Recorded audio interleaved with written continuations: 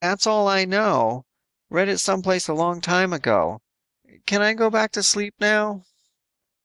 Go back to sleep, said Banner. They spent the next 3 hours maneuvering carefully around the asteroid. They took 6,000 feet of movies and stared at the projections for another 3 hours. 1,730 silvery needles flashed reflected starlight into astonished, wild eyes. At least, whispered Banner, there's nobody there. A lot of good that does us. They'll be back from their home planet in a few weeks, just as soon as the breeding season is over. Why should they leave anybody here? There's not a map in the galaxy that indicates the position of this piece of rock, and we haven't any weapons. I don't suppose the computer. You can't compute an orbit without at least one more reference point. Besides, we're 4 weeks from any kind of fleet contact. Great. In other words, they'll be back here, ready to roll before we can even tell anybody that we don't know how to find it again. Right. And since there's not any room left to park another ship of that size, it's a pretty safe assumption that they're ready to roll. Armageddon, muttered Harcraft. You sure we don't have anything to... Weapons? Yeah, we have a pistol and 3 small nitro packs in a locker someplace. You couldn't even blow your way inside one of those ships. And if you could, you'd spend 2 weeks and then blow yourself to hell before you'd know anything about the armament. Okay, let's land and look around. Go get Arnold. They cut off the sleds and plunged down, landing between two of the ships. Before putting on suits, Banner sent Arnold to the locker to get the 3 nitro packs. He hoped it would help him overcome the terrible feeling of nakedness and impotence. They spent only a little time out of the ship. There was nothing to see that hadn't been seen before, and the heavy artificial gravity generated by the alien ships, coupled with a maze of deep crevices, made walking difficult and dangerous. Back in the control cabin, Banner turned to Harcraft. Any ideas? Ideas? You mean for saving Homo sapiens? I'm afraid not. I simply do not feel up to saving 6 billion sentient organisms today. I feel... You're getting hysterical, said Banner, whose own tight, small voice was barely audible. I got an opinion, said Arnold. You guys stop crying for a minute and I'll tell you. It took him 5 minutes to explain the whole thing. When he was through, both Banner and Harcraft turned him down flat. Not a chance, said Banner. It would take a week to set the thing up, and then it wouldn't work. Our best chance is a long one, but maybe we'll make it. We're 4 weeks away from any fleet contact, but it's the only sensible course of action. And that makes it a total of 8 weeks, with 4 weeks to get back here. That's 2 months, said Arnold. You think they're gonna wait 2 months before they shove out of here? Maybe not, Banner said, but that's the only thing to do. And the sooner we get started, the better the chances. Let's get going. You look here, Arnold began. No more opinions, Bean Brain. You're not entitled to an opinion. You think we should take your word for everything you told us? Tell me why. You said yourself you never had any training. So you're guessing and hoping. It would take a staff of 24 highly specialized technicians to even evaluate your idea, much less put it into action. Hell, man, face it. What do you know about geology, chemistry, mining? What do you know about anything? Arnold pointed a trembling finger at Banner. Look, I told you guys that I know rock. I know plenty of gardening, too. I gave you guys a chance to say okay, but you still say no? Have it your way. But we'll do it my way. Both Banner and Harcraft found themselves staring into the barrel of the ship's only weapon. Harcraft recovered from his astonishment quicker than Banner. Okay, Bean Brain, have it your way.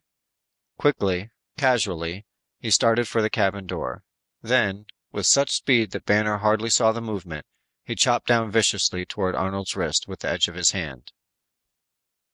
Harcraft recovered consciousness a half an hour later. Don't try that again, little boy, said Arnold, with unconcealed hatred. I'll give you another 30 minutes to catch your breath. Then we all go to work. It took 10 days instead of 7. Under Arnold's close supervision, they made the ship perform like a tractor, an air hammer, a foundation borer, and an angle dozer. Once, when they told him that some particular maneuver couldn't be done, he took the controls himself, and came so close to killing them all that Banner, out of sheer terror, took over and made it do the things Arnold decreed necessary. Finally, it was finished. 2,000,000 tons of potato fertilizer, 1,000,000 tons of tractor fuel, combined into a slimy pulp, lay jammed into the largest crevice on the asteroid. A few hours later, they were 1,000 miles out in space. Now? Asked Banner. Now, said Arnold. With the view screen at maximum magnification, they watched as the asteroid blew itself into 1,000,000,000 pieces. In the control cabin, a short week away from fleet contact, Banner was still gloating over the movies. Look at these, before and after. How many medals do you think we can carry on our strong, manly chests? I really couldn't care less, answered Harcraft. While you've been sitting there enriching your fantasy life, I've solved the mystery of mysteries. Out with it. Okay. While our little friend has been lying in his bunk, ruining his beady eyes on the microviewer, I've been asking myself significant questions. Question number 1. What kind of person does it take to survive the inactivity and boredom of 3, 4, maybe 6 months in a space can like this? Answer. It takes a highly trained and conditioned person such as yours truly or yourself. Arnold is obviously not such a person. Obviously. Question number 2.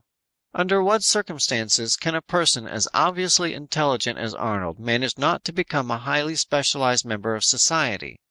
And last, what kind of person can be so revoltingly unspecialized as to know, with fanatical certainty, that the main ingredient of a good potato fertilizer is ammonium nitrate?